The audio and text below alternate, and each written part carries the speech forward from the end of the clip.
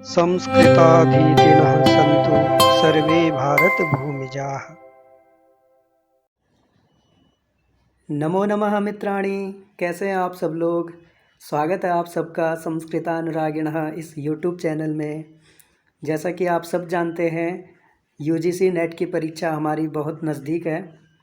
तो आजकल Navratri special batch की जो श्रृंखला मैं लेकर के आ रहा हूँ, उसमें हम 25-25 प्रश्नों को हल कर रहे हैं। अभी तक हमने पिछले पार्ट 1 में 25 प्रश्नों को सॉल्व किया था। आज हम पुनः 26 से लेकर 50 तक प्रश्नों को हल करेंगे और ये प्रश्न आपके लिए बहुत महत्वपूर्ण होंगे और आपके परीक्षा के लिए बहुत लाभदायक होंगे। इसलिए आप लोग इन प्रश्नों को बड़े मन से और पूरे प्रश्नों को हल करेंगे और आपके जितने भी प्रश्न सही होते हैं वो आप लोग मुझे कमेंट के माध्यम से ज़रूर बताएंगे कि आपके 25 में से कितने प्रश्न सही हो गए हैं। और ये बहुत अच्छे लेवल के क्वेश्चन हैं, इसलिए आप लोग ज़रूर देखिएगा और अंत तक देखना। और मैं प्रयास करूँगा कि हम प्रतिदिन ऐसे ही 25-25 प्रश्नों को लेकर के आएंगे और अच्छे क्वेश्चन लेकर के आऊँगा, जिससे हमारी तैयारी और मजबूत हो जाएगी। तो चलिए आइए देखते हैं अपना पहला क्वेश्चन।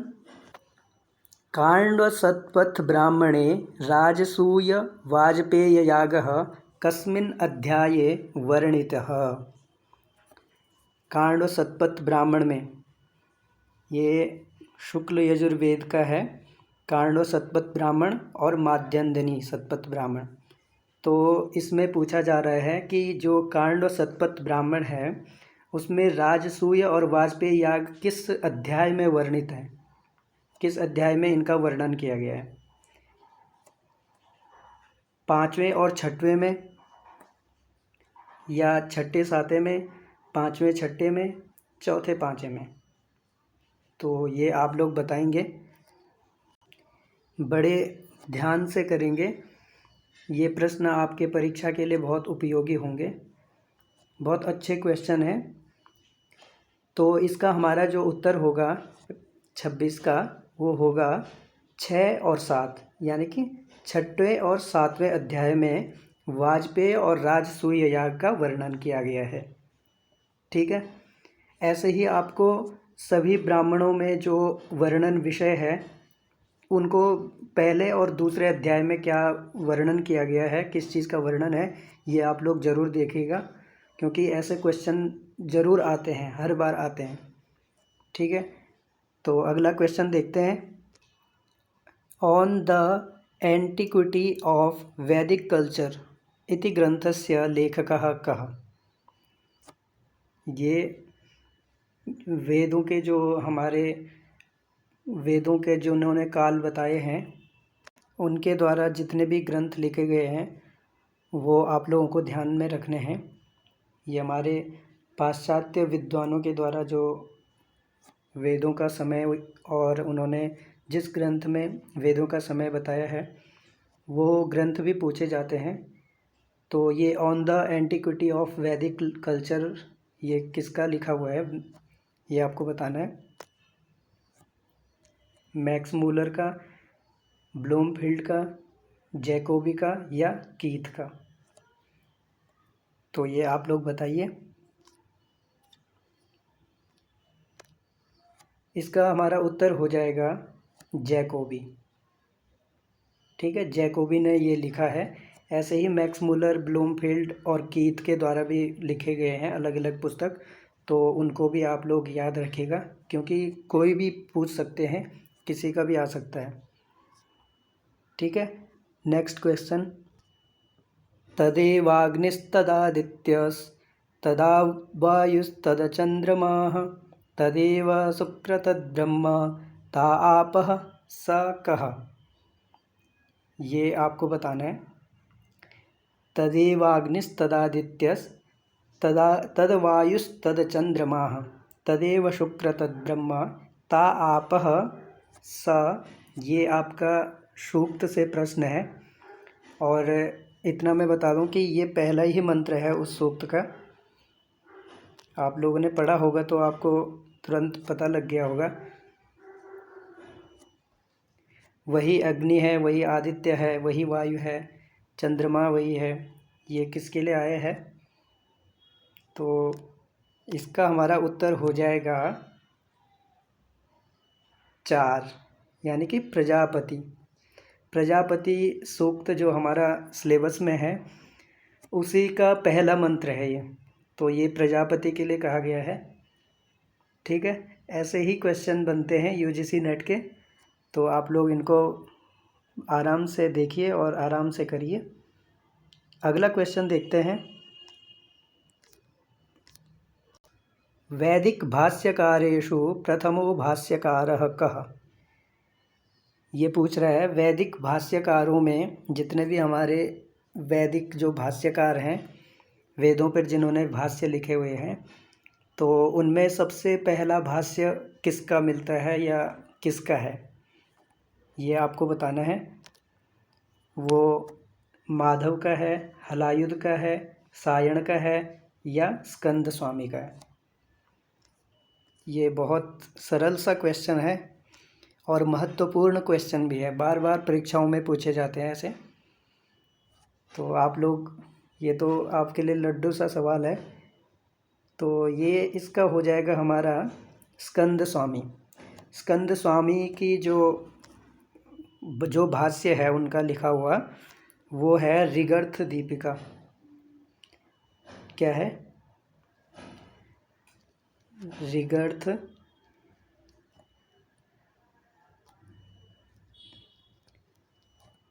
ऋगर्थ दीपिका।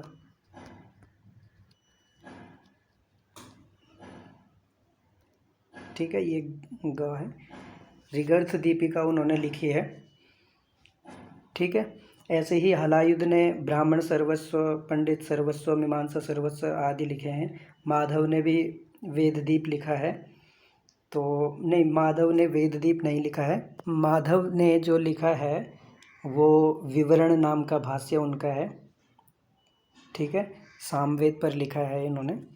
और सायण का भी है, सायण तो बहुत प्रसिद्ध हैं, सबसे ज़्यादा भाष्य इनके द्वारा ही लिखे गए हैं।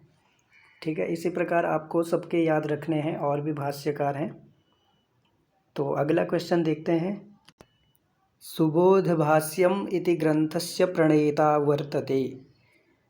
सुबोध भाष्य किसके द्वारा लिखा गया है? फिर ये बहुत सरल सा क्वेश्चन है। ये भट्ट भास्कर जी के द्वारा लिखा गया है या गोविंदाचार्य जी के, श्री सातवलेकरः अथवा दयानंदः? बहुत सरल क्वेश्चन है ये हमारा लिखा है आधुनिक सायण ने। इनको क्या कहा जाता है? आधुनिक सायण भी कहा जाता है। श्री सातवलेकरः को आधुनिक सायण कहा जाता है। ठीक है, इन्होंने चारों वेदों पर भाष्य लिखा है, ये आपको ध्यान रखना है, आधुनिक सायण। ठीक है, अगला क्वेश्चन देखते हैं। रामोऽस्मि सर्वं सहे इत्यत्र कः वक्रता प्रकारः? रामोऽस्मि सर्वं सहे, ये किस वक्रता का प्रकार है, किसके अंतर्गत आता है, ये आपको बताना है। वक्रोक्त जीवित का ये प्रश्न है, जो आपके वक्रता के 6 भेद हैं उनमें से ये प्रश्न पूछा गया है। तो ये पद पूर्वार्ध का है, प्रत्यय वक्रता का है, या वर्ण विन्यास वक्रता का, या अथवा वाक्य वक्रता का? आप लोग बताएंगे। 6 प्रकार की वक्रता हैं, और कौन कौन सी 6 प्रकार की जो वक्रताएं बताए हैं, वक्रता के भेद बताए हैं, उनको आपको क्रम से याद रखना है, क्योंकि ये बहुत इम्पोर्टेंट हो जाता है। ऐसे ही क्वेश्चन पूछे जाएंगे, इनको क्रम से सुमेलित कीजिए, ऐसा आ सकता है, या इनमें से कौन सा नहीं है, ये पूछा जा सकता है। तो इसलिए आपको जो 6 के 6 हैं उनको याद रखना है। ठीक है, इसमें 4 तो ये हैं, और पद पूर्वार्ध वक्रता जो पहला है वो है वर्ण विन्यास वक्रता, दूसरा आपका पद पूर्वार्ध वक्रता, तीसरा है आपका प्रत्यय वक्रता, ठीक है। चौथा है आपका वाक्य वक्रता, ये चौथा लिखा हुआ है। और पांचवा है आपका प्रकरण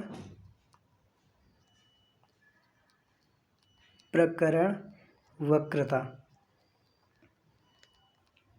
ठीक है। छठवां है आपका प्रबंध वक्रता,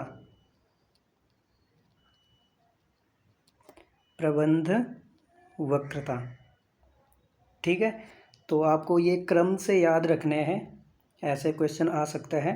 तो हमारा इसका जो उत्तर है रामोस्मि सर्वम सहे, इसका जो उत्तर हो जाएगा हमारा पद पूर्वार्ध वक्रता। पद पूर्वार्ध वक्रता के भी कितने भेद बताए गए हैं? 9 बताए गए हैं, ठीक है। पद पूर्वार्ध वक्रता के 9 भेद हैं। उन 9 भेदों के अंतर्गत, ठीक है, रूढ़ि का ये जो रूढ़ि और पर्याय, उपचार, विशेषण, समृद्धि इत्यादि करके जो 9 भेद हैं, उनमें से रूढ़ि का ये रामोस्मि सर्वम सहे ये उदाहरण है, ठीक है। तो आप लोग इनको ज़रूर देख लीजिएगा एक बार। अगला क्वेश्चन देखते हैं। काव्य प्रकाशानुसारम काव्यम प्रयोजनम किमभीप्सितम भवति। ये पूछ रहे हैं कि काव्य प्रकाश के अनुसार इनमें से प्रयोजन कौन कौन से हैं, ठीक है। कितने प्रयोजन हैं? सबसे पहले तो हमें ये पता होना चाहिए काव्य प्रकाशकार ने कितने प्रयोजन बताए हैं। तो वो 6 बताए हैं, ठीक है। तो उन 6 में से यहाँ पर 2 गिनाए हैं या 3 गिनाए हैं, वो आपको बताने हैं, वही पूछा जा रहा है। काव्यम यशसे, ठीक है। काव्यम क्या? यशसे। काव्यम यानी कि एक तो हमारा ये यश हो गया, ठीक है, यश। दूसरा काव्यम यशसे व्यवहार विधे, ये भी हमारा है। और यानी कि 2 और 3, ठीक है, 2 और 3। तो यहाँ पे ऑप्शन में थोड़ा सा मिस्टेक है, तो 2 और 3 हमारा ये उत्तर होगा, क्योंकि शक्ति और निपुणता ये क्या है? काव्य के हेतु हैं, ठीक है। शक्ति और निपुणता काव्य के हेतु हैं। एक और है ये हेतु, वो है अभ्यास। तो शक्ति, निपुणता और अभ्यास जो हैं वो हमारे हेतु के अंतर्गत आ जाते हैं, काव्य हेतु के अंतर्गत। और यश और व्यवहार, काव्यम यश से व्यवहार विधे अर्थकृते शिवेत रक्षतये सद्यः परिनिवर्तये कांता सम्मिततयोपदेश युजे, ये हमारे क्या हैं? 6 प्रयोजन हैं, ठीक है। तो ये ऑप्शन में थोड़ा सा 2 और 3 कहीं नहीं था, इसलिए मैंने यहाँ पे लिख दिया है, ठीक है। तो आप पूरे इनके जो प्रयोजन हैं 6, उनको याद रखेंगे, क्योंकि पूछा जा सकता है, ठीक है। अगला क्वेश्चन देखते हैं। विनिर्गतम मानदमात्ममंदिरात् उदाहरणमस्ति। विनिर्गतम मानदमात्ममंदिरात्, ये उदाहरण किसका है? ये आपको बताना है। व्यंग्य काव्य का है या शब्द चित्र का है, अर्थचित्रस्य गुणीभूत व्यंग्य का, ये आप लोग बताएंगे। मम्मट जी के द्वारा जो काव्य के 3 भेद गिनाए हैं, उत्तम काव्य, मध्यम काव्य और अधम काव्य, उनके अंतर्गत ये क्वेश्चन बनाया गया है, ठीक है। तो ये उत्तम काव्य का है या मध्यम काव्य का है अथवा अधम काव्य का है। तो आप देखेंगे कि जो हमारा तीसरा अधम काव्य है, जो उसके 2 भेद होते हैं, एक तो शब्द चित्र और एक अर्थ चित्र, ठीक है। शब्द चित्र और अर्थ चित्र 2 प्रकार का हमारा होता है अधम काव्य। तो जो हमारा ये विनिर्गतम मानदमात्म मंदिराद है वो आता है हमारा अर्थचित्र के अंतर्गत। तो ये अर्थचित्र का उदाहरण है, इसलिए हमारा ऑप्शन हो जाएगा 3 सही। ठीक है, अगला क्वेश्चन देखते हैं। शिवेतरक्षतये इति मम्मटोक्तस्य उदाहरणं वर्तते। जो आपके अभी मैंने 6 प्रयोजनों के बारे में अभी एक क्वेश्चन गया है, अभी हमारा जो 6 प्रयोजन बताए गए हैं उनमें से ये कह रहे हैं कि जो शिवेतरक्षतये है वो किसके उदाहरण किसके लिए कहा गया है। शिवेतरक्षतये जो हमारा क्या करता है, अमंगल विनाश का काव्य का हेतु है, जो काव्य का प्रयोजन है जो। ठीक है, तो ये आपको बताना है। इसका उत्तर क्या होगा, पहला होगा धावकादीनामिव, मयूरभट्टादीनामिव, या बाणभट्टादीनामिव, अथवा कालिदासादीनामिव। तो इसका हमारा उत्तर होगा, क्या होगा, मयूर भटादीनामिव। क्योंकि आपने सुना होगा कि मयूर जो लेखक हुए हैं उन्होंने अपने कुष्ठ रोग के निवारण के लिए क्या एक ग्रंथ लिखा था, सूर्य शतकम करके। ठीक है, तो उन्होंने वह सूर्य शतकम लिखा और उनका जो कुष्ठ रोग था वो समाप्त हो गया था। ठीक है, क्योंकि काव्य प्रयोजन के अंतर्गत ये शिवेतरक्षतये जो अमंगल का नाश कर देता है। ठीक है, तो वही यहाँ पे बताया जा रहा है। अगला क्वेश्चन देखते हैं। अविवक्षित वाच्य ध्वनेः कति भेदाः भवन्ति। अविवक्षित वाच्य ध्वनि जो होते हैं ये काव्य के भेदों के अंतर्गत गिनाए गए हैं। तो इसमें पूछा जा रहा है कि जो अविवक्षित वाच्य ध्वनि है उसके कितने भेद हैं। अविवक्षित वाच्य ध्वनि को लक्षणा ध्वनि भी कहा जाता है, लक्षणा मूला। क्या कहा जाता है, लक्षणा मूला। अविवक्षित वाच्य को लक्षणा मूला भी कहा जाता है। ठीक है, लक्षणा मूला। और विवक्षित वाच्य को अभिधा मूला कहा जाता है। ठीक है, तो इसमें अविवक्षित वाच्य ध्वनि के कितने भेद हैं ये आपसे पूछा जा रहा है। तो हमारा इसका जो उत्तर होगा वो होगा 2। ठीक है, 2 होते हैं।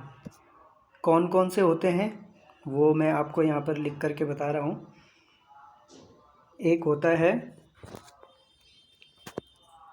अर्थांतर संक्रमित,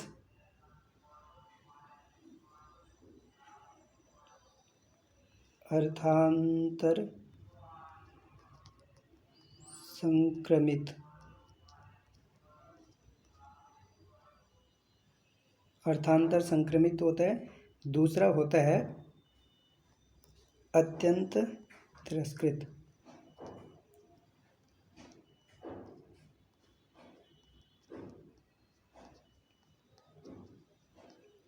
अत्यंत तिरस्कृत।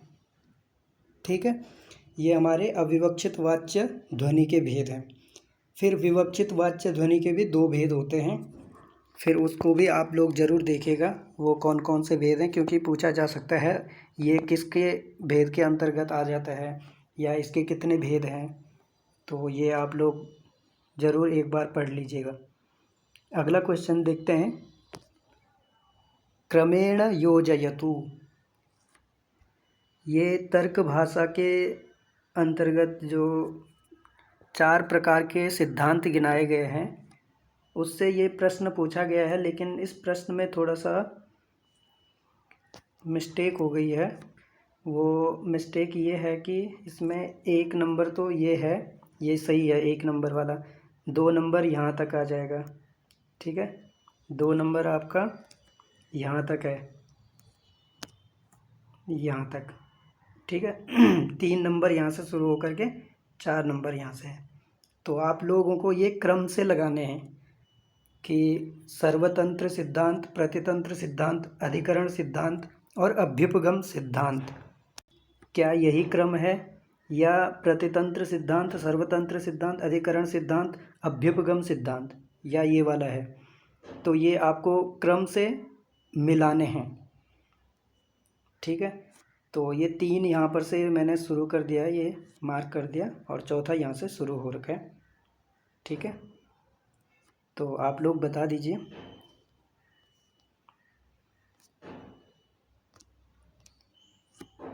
तो इसका जो उत्तर होगा वो पहला ही उत्तर यहाँ पर सही है, ठीक है। वो सर्वतंत्र सिद्धांत, प्रतितंत्र सिद्धांत, अधिकरण और अभ्युपगम सिद्धांत, ये चार प्रकार के सिद्धांत तर्क भाषा में आ रखे हैं, ठीक है। तो उनको क्रम से हमने मिलाना था, वो मिला दिया। अब हम चलते हैं अगला क्वेश्चन पे। शीतोष्णादि द्वंद्व सहिष्णुता, शीतोष्णादि द्वंद्व सहिष्णुता कस्य लक्षणम वेदांत सारानुसारम। वेदांत सार का ये क्वेश्चन है, ये आप बताएंगे कि ये किसका लक्षण है। तितिक्षा का है, शम का है, उपरति का है, या मोक्ष का है? शीतोष्णादि द्वंद्व सहिष्णुता, जो गर्मी, ठंड और अपना मतलब लाभ हानि इत्यादि को सहन कर दे, जिसमें ये क्षमता होती है, उसी को शीतोष्णादि द्वंद्व सहिष्णुता क्या तितिक्षा, तितिक्षा कहा जाता है, ठीक है। ये हमारे समाधि षटक जो हैं वेदांत सार में, समाधि षटक संपत्तियां हैं 6 प्रकार की, उसके अंतर्गत ये तितिक्षा आता है। सम दम उपरि तितिक्षा, ठीक है। तो उसी का ये लक्षण यहाँ पर पूछा गया था वेदांत सार का। और भी इनके सम के, उपरति के, मोक्ष के, इनके सबके अलग अलग वो हैं, तो आप लोग इनको एक बार ज़रूर देखिएगा। अगला क्वेश्चन देखते हैं। सामविकारेषु कस्य गणना न भवति। ये सामवेद से प्रश्न पूछा जा रहा है कि सामविकार जो हैं उनमें किसकी गणना नहीं होती है इनमें से। तो पहले तो आपको ये पता होना चाहिए कि सामविकार कितने हैं।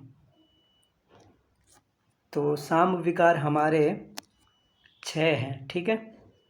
6 प्रकार के हमारे सामविकार हैं।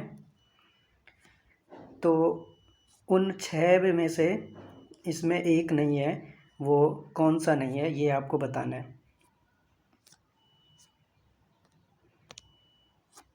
तो उसमें से हमारा सामविकारों के अंतर्गत हमारा प्रतिहार नहीं आता है, ठीक है। ये प्रस्ताव, उद्गीत, प्रतिहार, उपद्रव और निधन, ये हमारे 5 प्रकार के सामगान के विभाग हैं। प्रस्ताव, उद्गीत, प्रतिहार, उपद्रव और निधन, ठीक है। और विकार, विश्लेषण, विकर्षण, ये 6 प्रकार के क्या हैं हमारे, ये साम विकार हैं, ठीक है। अगला क्वेश्चन देखते हैं।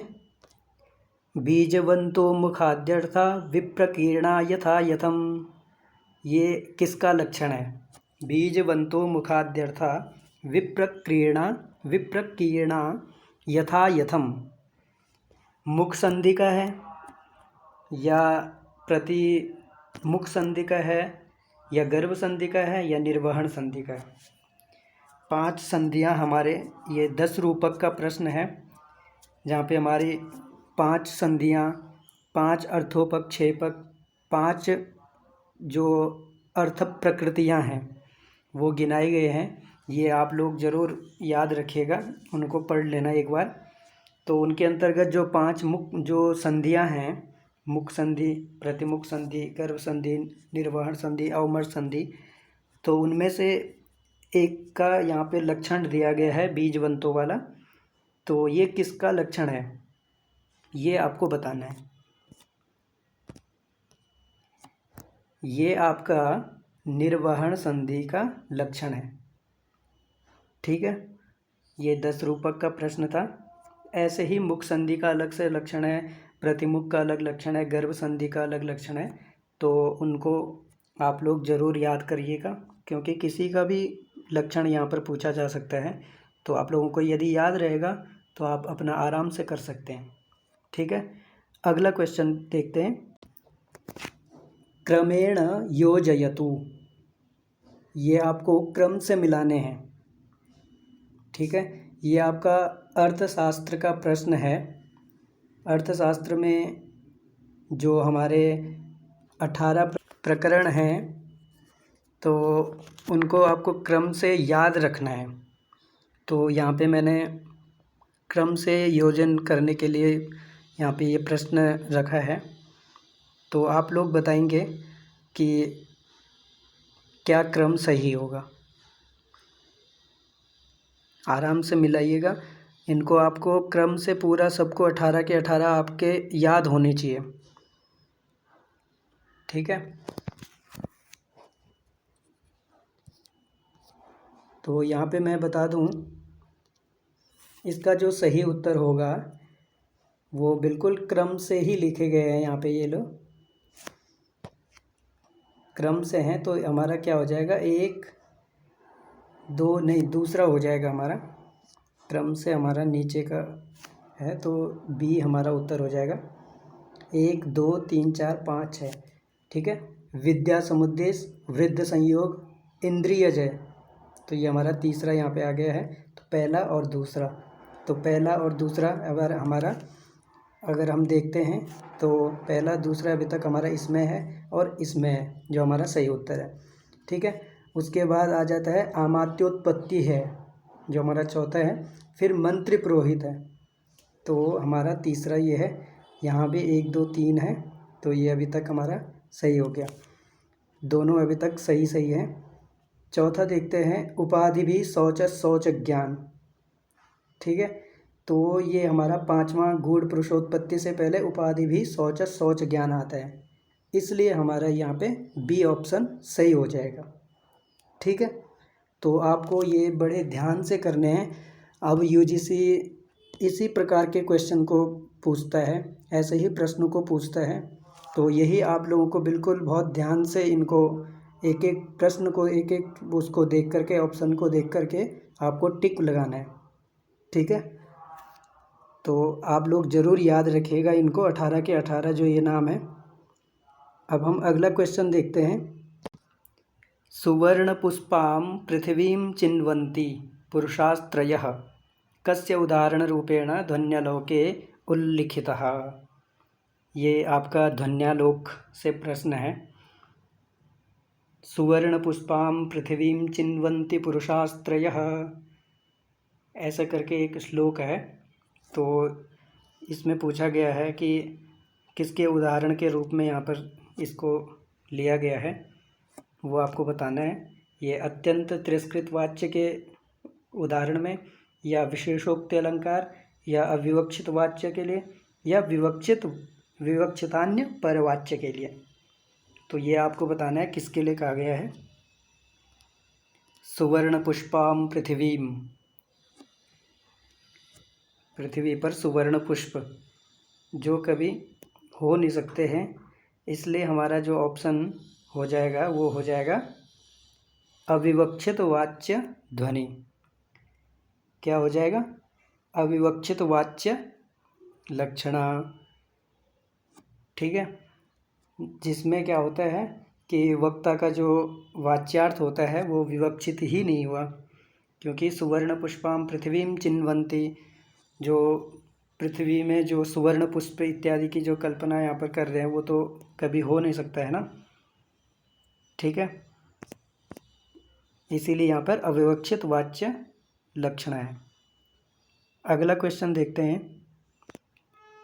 ये सुमेलयतु, ये फिर से आपके लिए मिलान करने के लिए है। ये मिलान करने के लिए मैंने इसीलिए 2-3 प्रश्नों को रख दिया है कि अब यूजीसी नेट वाले जो एनटीए जो पेपर आपका कंडक्ट करवाता है वो ऐसे ही प्रश्नों को पूछ रहा है। वो सीधा सीधा प्रश्नों को नहीं पूछता है, वो कभी मिलान करवा देता है, कभी क्रम क्रम से योजन करने के लिए बोल देता है। ठीक है, तो इसीलिए हमको यहाँ पे ये आपके याज्ञवल्क्य स्मृति है, उस पर जिनकी टीकाएं हैं उनको आपको क्रम से यहाँ पर देखना है, यहाँ पे मिलान करने हैं कि बाल क्रीड़ा किसने लिखी है, मिताक्षरा किसने लिखी है, और अपना उत्तर चुनना है। ठीक है, तो ये आप लोग आराम से करिएगा, क्योंकि आपके परीक्षा में ऐसे ही प्रश्न पूछे जाएंगे। यदि आप लोग यहाँ पे गलत भी कर देते हैं तो कोई दिक्कत नहीं है, आपका परीक्षा में बिल्कुल सही हो जाएगा। इसलिए आप लोग बड़े ध्यान से एक एक प्रश्न को करेंगे।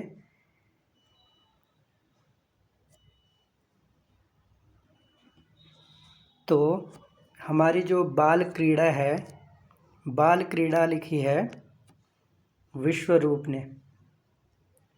ठीक है, मिताक्षरा लिखी है विज्ञानेश्वर ने, और शूलपाणी ने दीपकलिका, और मित्र मिश्र ने वीर मित्रोदय। ये यहाँ ऑप्शन यहाँ आ गया है। ठीक है, तो इसका मतलब क्या हुआ कि 1 2 3 4 ये क्या है, क्रम से ही हैं। ठीक है, क्रम से ही हैं ये, तो इसमें हमें ज़्यादा टेंशन लेने वाली बात नहीं है। 1 2 3 4 एक साथ लिखे गए हैं। ठीक है, तो आप लोगों को याद होने चाहिए। यहाँ पे तो ये क्रम से मिल गए हैं आपको, अगर ऊपर नीचे होंगे तो आपको जब याद होंगे तभी कर पाएंगे आप लोग। ठीक है, तो इसलिए सब टीकाओं को याद करिएगा। अगला क्वेश्चन देखते हैं। अधस्तनेषु क्रमेण योजयत। अब यहाँ पर ये आपके क्या हैं, अंकों के नाम पूछे गए हैं। ठीक है, मृच्छकटिक के अंकों के नाम पूछे गए हैं यहाँ पे, और क्रम से लगाने हैं आपको। इसमें देखना है आपको कि क्रम से किस में लगे हुए हैं। ठीक है, पहले में देख लीजिए, प्रवहण विपर्ययः, द्युतकर संवाहकः, व्यवहारः, संधिच्छेदः। क्या ये सही है? अथवा दूसरा, द्युतकर संवाहकः, संधिच्छेदः, प्रवहण विपर्ययः, व्यवहारः। ऐसे ही करके आप लोग देख लीजिए। 4 ऑप्शनों को आराम से पढ़िए, और 4 में से आपको जो भी अच्छा लगता है उसको आप यहाँ पर टिक करेंगे। बिल्कुल ऐसे ही एज इट इज़ यही क्वेश्चन आपको परीक्षा में देखने को मिलेंगे, क्योंकि ऐसे ही पूछे जाते हैं। अंकों के नाम भी आप लोग सभी ग्रंथों में जिस जिसमें अंक हैं और उनके नाम हैं, तो उनको आप लोग ज़रूर याद रखिएगा, क्योंकि कहीं से भी प्रश्न आ सकता है। इसलिए अगर आप लोग सब जगह से तैयार रहेंगे तो आपको कोई समस्या नहीं आने वाली। इसलिए आप लोग इनको याद रखेंगे। आपको अगर 10 के 10 अंकों के नाम याद होंगे तो आप बड़े आराम से यहाँ पर टिक लगा सकते हैं। ठीक है, देखिए, आप लोगों को पता होगा कि संधिच्छेद जो है वो तीसरे नंबर का है। पहला क्या है, अलंकार विन्यास। दूसरा क्या है, दूतकर संवाहक। तो हमारा यहाँ पे दूतकर संवाहक पहला है, ये तो ठीक हो गया। यहाँ पर अलंकार न्यास यहाँ पे कहीं भी नहीं है, जो हमारा पहला अंक है।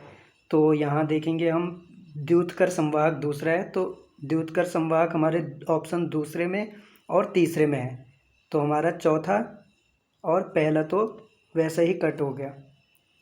ठीक है, अब हमें देखना है संधिच्छेद और इधर प्रवहण विपर्यय। और प्रवहण विपर्यय जो हमारा है वो है 6वां।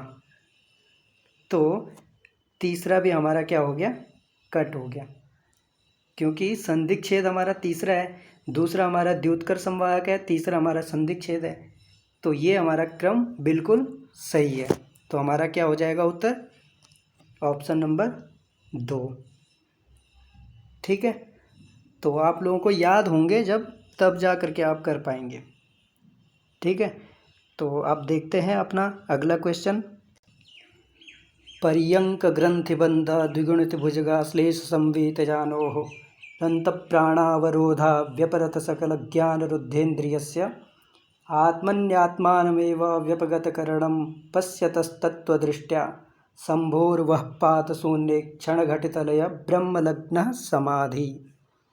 इसमें आपको क्या पूछ रहे हैं, मंगलाचरणम अस्ति कस्य ग्रंथस्य मंगलाचरण है, किस ग्रंथ का मंगलाचरण है और इसमें क्या छंद है, ये आपको बताना है। ठीक है,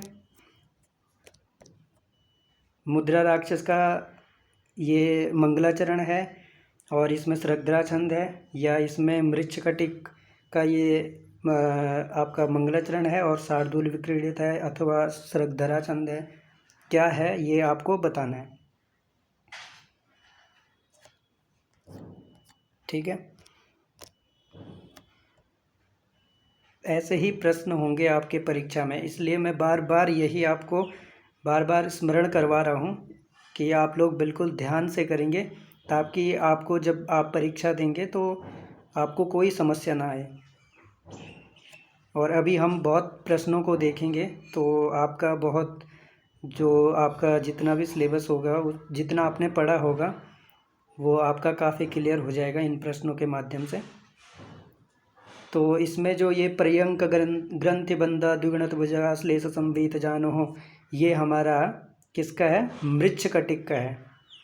ठीक है, तो मृच्छकटिक का है, तो ऑप्शन नंबर 3 तो हमारा बिल्कुल क्या हो गया, सही हो गया। तो 3 हम देखेंगे किस किस में है, सिर्फ इसमें नहीं है, तो 1 4 वाला तो गया।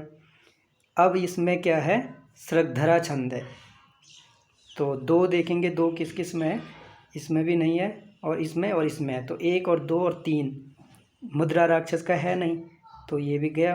तो ऑप्शन क्या बचा हमारा, ऑप्शन नंबर 1, तो हमारा उत्तर हो जाएगा 2 और 3, यानी कि मृच्छकटिक और श्रद्धरा छंद है।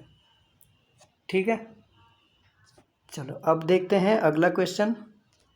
भामह कस्य संप्रदायस्य आचार्यः वर्तते। भामह जो हैं वो किस संप्रदाय के आचार्य हैं, जो 6 संप्रदाय हैं हमारे, उन 6 संप्रदायों में जो भामह हैं वो किस संप्रदाय से हैं, औचित्य संप्रदाय से, रस संप्रदाय से, अलंकार से या ध्वनि से, ये आपको बताना है। औचित्य संप्रदाय से क्षेमेंद्र हैं, रस संप्रदाय से भरत, अलंकार संप्रदाय से हैं हमारे भामह, ध्वनि संप्रदाय से कौन है, आनंद वर्धन, आनंद वर्धन हमारे ध्वनि संप्रदाय के आचार्य हैं, प्रतिष्ठापक हैं। ठीक है, तो ये आपको सबको याद रखने हैं। अगला क्वेश्चन देखते हैं। काव्य शोभायाः कर्तारो धर्मागुणाः कस्य काव्य गुणम वर्तते। काव्य शोभायाः कर्तार, ये किसके काव्य गुण के अंतर्गत आता है, भरत मुनि के, दंडी के, वामन के, भामह के। वीडियो लंबी ना हो जाए इसलिए थोड़ा सा जल्दी चलेंगे, 50 प्रश्नों को हल करना है। आपका समय बिल्कुल भी व्यर्थ नहीं जाना चाहिए, आप जितनी भी देर यहाँ वीडियो में रहेंगे वो आप लोग कुछ ना कुछ सीख करके जाएं, यही मेरी इच्छा है। तो इसका जो हमारा काव्य शोभायाः कर्तारो है, इसके जो काव्य के गुण जो इसके हैं वो हैं हमारे वामन, वामन, ऑप्शन नंबर 3 हमारा सही उत्तर हो जाएगा। ठीक है, अगला क्वेश्चन देखते हैं। वाच्यादतिशयने व्यंग्ये काव्यम वर्तते। वाच्यादि अतिशयने, जहाँ पर क्या वाच्यार्थ की अपेक्षा जहाँ पर व्यंग्यार्थ अधिक चमत्कृत होता है, वो क्या होता है, वो कौन सा काव्य कहलाता है, वो काव्य कहलाता है आपका उत्तम काव्य। क्या कहलाता है, उत्तम काव्य। ठीक है, अगला क्वेश्चन देखते हैं। प्रामाण्यम अप्रामाण्यम च स्वतः भवतीति केषां मतम। प्रामाण्य को स्वतः और अप्रामाण्य को भी स्वतः, ये कौन मानता है, ये किसके मत में है? प्रामाण्यवाद से प्रश्न है तो आपको बताना है कौन मानता है ऐसे। ये है हमारे सांख्य दर्शन वाले, जो क्या करते हैं, प्रामाण्य और अप्रामाण्य को स्वतः मानते हैं। ठीक है, और प्रामाण्य और अप्रामाण्य को परतः कौन मानता है? वो न्यायिक मानते हैं। ठीक है, इसी प्रकार और भी सभी लोग मानते हैं, उनको आप लोग देख लीजिएगा। अगला क्वेश्चन देखते हैं। द्वितीयादि पदार्थानां प्रथमानुष्ठित पदार्थक्रमादयः सह भवति संग्रहानुसारम। अर्थ संग्रह से ये लक्षण किसका है, ये पूछा गया है आपसे। ठीक है, मुख्य क्रम का, पाठक्रम का, अर्थक्रम का और प्रवृत्ति क्रम का, ये 6 प्रकार के यहाँ पे प्रयोगातिशय के भेद हैं। जो प्रयोग विधि है उसके 6 भेद हैं, जिसके अंतर्गत एक प्रवृत्ति क्रम आता है। अंतिम जो प्रवृत्ति क्रम है उसका ये लक्षण दिया गया है, द्वितीयादि पदार्थानां प्रथमानुष्ठित पदार्थ क्रमादयः। ठीक है जी, अब देखते हैं हम आज का अपना अंतिम प्रश्न। अंतिम प्रश्न है हमारा, अहिंसा परमो धर्मः इति कस्मिन् पर्वणि उक्तमस्ति। अहिंसा परमो धर्मः, ये किस पर्व में कहा गया है, ये आपको बताना है। महाभारत से है ये। आदि पर्व में है, उद्योग पर्व में है, शांति पर्व में है या भीष्म पर्व में है, किस में है? आदि पर्व का वर्णन विषय क्या क्या है, ये आप लोगों को ज़रूर ध्यान रखना है। उद्योग पर्व में क्या क्या हुआ है, क्या घटित हुए हैं घटनाएं, वो आपको ध्यान रखनी है, याद रखनी है। शांति पर्व में क्या क्या हुआ, भीष्म पर्व में क्या क्या हुआ, ऐसे ही आपको सभी पर्वों का ध्यान रखना है। और 18 के 18 पर्व जितने हैं उनको क्रम से याद भी रखना है, क्योंकि क्रम से योजन करने के लिए वहाँ पर पूछा जाता है। तो आज का हमारा जो अंतिम क्वेश्चन का उत्तर होगा वो होगा शांति पर्व। शांति पर्व में अहिंसा परमो धर्मः ऐसा कहा गया है। तो मित्रों, आज के लिए इतना ही। हमने 50 क्वेश्चन अपने पूरे कर लिए हैं और मैं आगे भी ऐसे ही प्रतिदिन 25-25 प्रश्नों को आपको लेकर के आऊँगा और इससे भी अच्छे अच्छे प्रश्नों को लेकर के आऊँगा। ठीक है, आप लोगों को यदि वीडियो अच्छी लगती है तो इसको ज़रूर शेयर कीजिए और इसको सब्सक्राइब कीजिए, ताकि आपको जब भी मैं वीडियो डाला करूं तो आपको नोटिफिकेशन मिल जाए और आप इस वीडियो का लाभ ले सकें। ठीक है, आज के लिए इतना ही। नमो नमः, धन्यवाद।